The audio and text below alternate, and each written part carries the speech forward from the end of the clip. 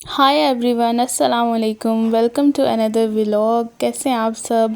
अल्हम्दुलिल्लाह मैं बिल्कुल ठीक हूँ। अच्छा जी, ये है आज का व्लॉग और इसमें बस इफ्तारी में तकरीबन 1.5 घंटा बाकी था और मैंने जो है वो सब्ज़ी वगैरह बना ली थी और इफ्तारी की भी कुछ तैयारी हल्की फुल्की कर ली थी। लेकिन मुझे आतिफ़ ने कॉल की, उन्होंने कहा कि साथ मेरे कोलीग भी हैं तो तुम इफ्तारी में बना दो कुछ अच्छा सा। तो फिर बस मैं फटाफट उठी। सबसे पहले मैंने जो है वो गोश्त की तैयारी की। गोश्त मैं इस तरह बनाती हूँ कि सब कुछ ना इकट्ठा गोश्त में डाल देती हूँ और वो जब बॉयल हो जाता है तो उसके बाद ना उसको भून के और फिर पानी डाल देती हूँ। तो यहाँ पे मैं लहसुन और अदरक जो है वो छील रही थी, क्योंकि इसमें मैं ना लहसुन, अदरक, प्याज, टमाटर और नमक, मिर्चें वगैरह सब कुछ डाल दूँगी, बस घी नहीं डालूँगी।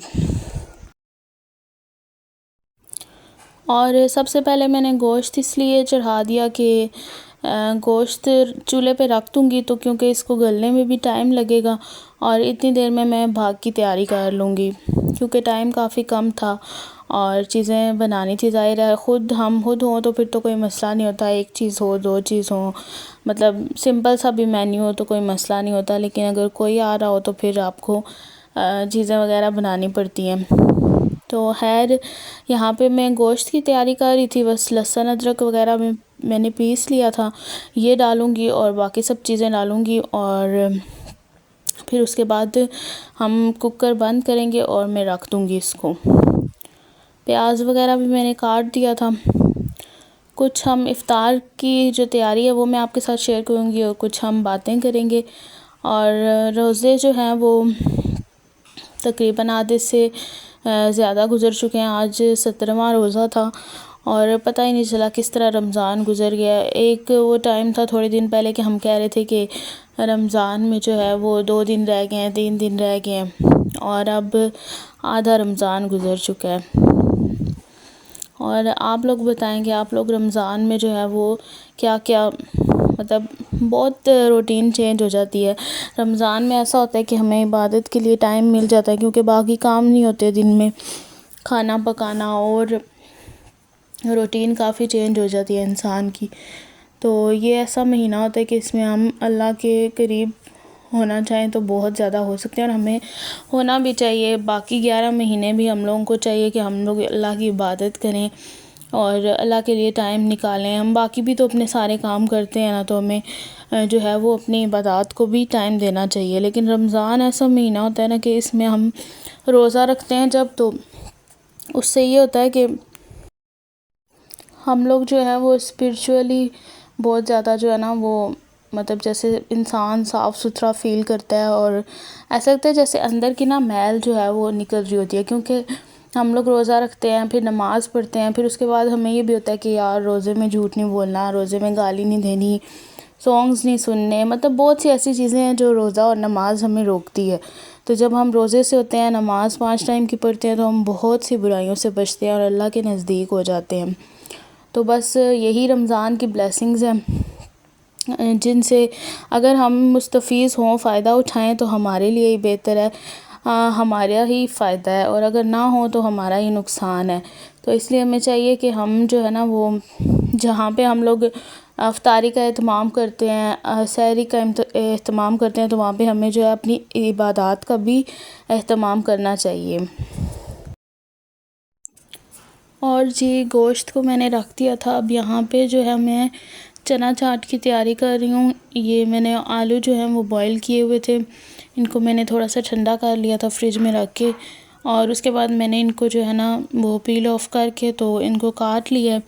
और प्याज भी थोड़ा सा जो है वो काट लूँगी। और नेक्स्ट डे मैंने चाट बनाई थी तो वो काफ़ी ज़्यादा बन गई थी, तो फिर उसमें मैंने दही नहीं डाला था। खुश्क चाट जो है ना वो मैंने इसी तरह जो बच गई थी तो वो मैंने फ्रिज में रख दी थी, तो वो मैं इसके बीच में मिक्स कर लूँगी। मुझे ये आसानी हो गई थी कि कल की जो है ना वो पड़ी हुई थी, उसमें मैंने दही इसलिए मिक्स नहीं किया था क्योंकि दही वाली जो है ना वो फिर ख़राब हो जाती है, उसका टेस्ट जो है वो चेंज हो जाता है। तो ये चाट बची हुई थी, ये फिर मैंने इसमें डाल दी। और आलू मैंने और बॉईल कर लिए थे, क्योंकि आलू जो है ना वो कम थे इस चाट में। तो आलू भी डाल लिए थे, प्याज भी थोड़ा सा और डाला था और टमाटर भी। तो बस इसके बाद इसमें दही वगैरह मसाले वगैरह मिक्स करूँगी और चाट मेरी तैयार हो जाएगी। और एक चीज़ के रमज़ान में जो है वो वैसे भी आपके मतलब अगर दरवाज़े पे कोई भी आता है तो आप उसको खाली ना भेजें, और लेकिन रमज़ान में ऐसा होता है कि ज़्यादा लोग आते हैं, तो हमें खुश होना चाहिए कि कोई, हम तो अपने अल्लाह से मांगते हैं और अल्लाह हमें बेतहाशा देते हैं। तो हमें भी चाहिए कि हम, हमारे से अगर कोई मांगने के लिए आता है तो ये हमारी खुशनसीबी है कि हम उसे कुछ ना कुछ दें। अगर आप ज़्यादा नहीं दे सकते तो आप थोड़ा बहुत, जितनी आपकी गुंजाइश है उतना आप ज़रूर दिया करें। और अगर आप नेक नियति से और अल्लाह की खुशनुदी हासिल करने के लिए कुछ भी किसी को देते हैं तो अल्लाह ताला आपको उसका डबल करके देते हैं वापस, और बेतहाशा अजर होता है इसका। और वैसे आम रूटीन के अलावा भी रमज़ान में जो है ना अजर डबल हो जाते हैं, क्योंकि रमज़ान में अल्लाह कहते हैं कि आप जो है वो अपनी ज़कात सदक़ात जो है वो आप निकाला करें अपने माल को, जो है ना, मतलब आप अगर ज़कात और खैरात वगैरह मतलब करते हैं, सदक़ात करते हैं, तो उससे ना आपका जो माल होता है वो फ़िल्टर हो जाता है, यानी कि आपका जो, आपके पास जो भी चीज़ें होती हैं वो साफ़ सुथरी हो जाती हैं, क्योंकि उसका आप कुछ हिस्सा जो है वो गरीब लोगों में या जो मुस्तहिक होते हैं उन तक आप पहुंचा देते हैं। तो ऐसा नहीं है कि आप बहुत ज़्यादा दें, या जितनी भी आपकी गुंजाइश है, अगर कोई आपके दरवाज़े पे आता है तो आप ज़रूर जो है ना उसकी हेल्प करें। और काफ़ी दफ़ा हम लोग अभी पिछले दिनों की बात है, इसी तरह हम कहीं जा रहे थे तो मैं और मेरी दोस्त थी, तो वहाँ पे ना मतलब रास्ते में इस तरह एक आंटी बैठी हुई थी, तो वाइट कलर का उन्होंने दुपट्टा रखा हुआ था और काफ़ी बुज़ुर्ग थी, तो मुंह जो है ना वो उन्होंने ढका हुआ था और वो ऐसे बैठी हुई थी, उन्होंने जो चादर है वो अपनी फैलाई हुई थी। और मतलब हमसे जो हो सका हम लोगों ने तो किया, लेकिन हम लोग पूरे रास्ते ना उन्हीं की बातें करते आए कि मतलब इंसान कितना मजबूर हो जाता है जब फिर वो किसी के आगे हाथ फैलाता है। मतलब कोई भी ना, मैं मतलब मुझे नहीं पता कि काफ़ी लोग कहते हैं कि ये लोग जो होते हैं ये इस तरह करते हैं उस तरह करते हैं, मतलब इनके पास बहुत कुछ होता है ये फिर भी मांगते हैं, इनको आदत होती है। शायद 100 में से 20% लोग ऐसे भी होते हों, लेकिन उसके अलावा मैंने जो वो आंटी देखी थी ना, मतलब वो बहुत ज़्यादा बुज़ुर्ग थी और मुझे नहीं लगता कि वो कोई ड्रामा कर रही थी या कोई इस तरह से। तो पूरे रास्ते हम लोग उन्हीं की बात करते हैं कि दुनिया में कितने लोग मजबूर हैं और हम लोग कितने नाशुक्र हैं कि हम लोग जो है ना, अल्लाह ने हमें बेतहाशा नेमतों से नवाजा है और मतलब छत दी है, मतलब हर तरीके से हम लोग ठीक हैं, तो फिर भी अगर हम अल्लाह का शुक्र ना अदा करें तो हम लोग मतलब बहुत बदकिस्मत हैं।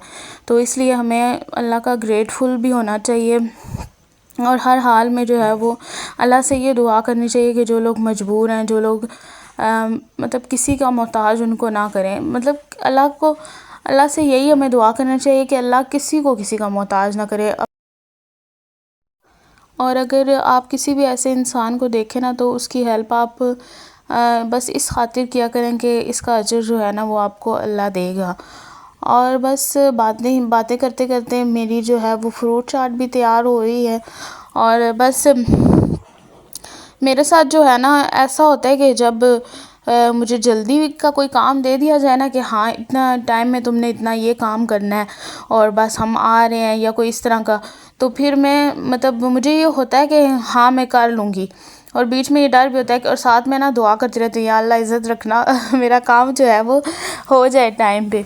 और हमेशा ऐसा हुआ है ना, हमेशा मतलब जब भी कोई ऐसा मसला हुआ है कि किसी ने अचानक आना हो या फिर कोई थोड़ा टाइम हो और कोई मतलब कॉल करके कि हाँ हम आ रहे हैं, खाना खाएंगे हम, ये वो इस तरह से, तो मैं बहुत ज़्यादा पैनिक हो जाती हूँ। लेकिन इन द एंड जो है ना, क्योंकि जो मैं दुआ कर रही होती हूँ ना, उस दुआ की शायद वो दुआ कबूल हो जाती है और सब कुछ जो है बिल्कुल परफेक्ट होता है। तो बस आप लोग भी वीडियोस देखते हैं तो लाइक शेयर और कमेंट ज़रूर किया करें, इससे मोटिवेशन मिलती है और मज़ीद वीडियोस बनाने का दिल करता है।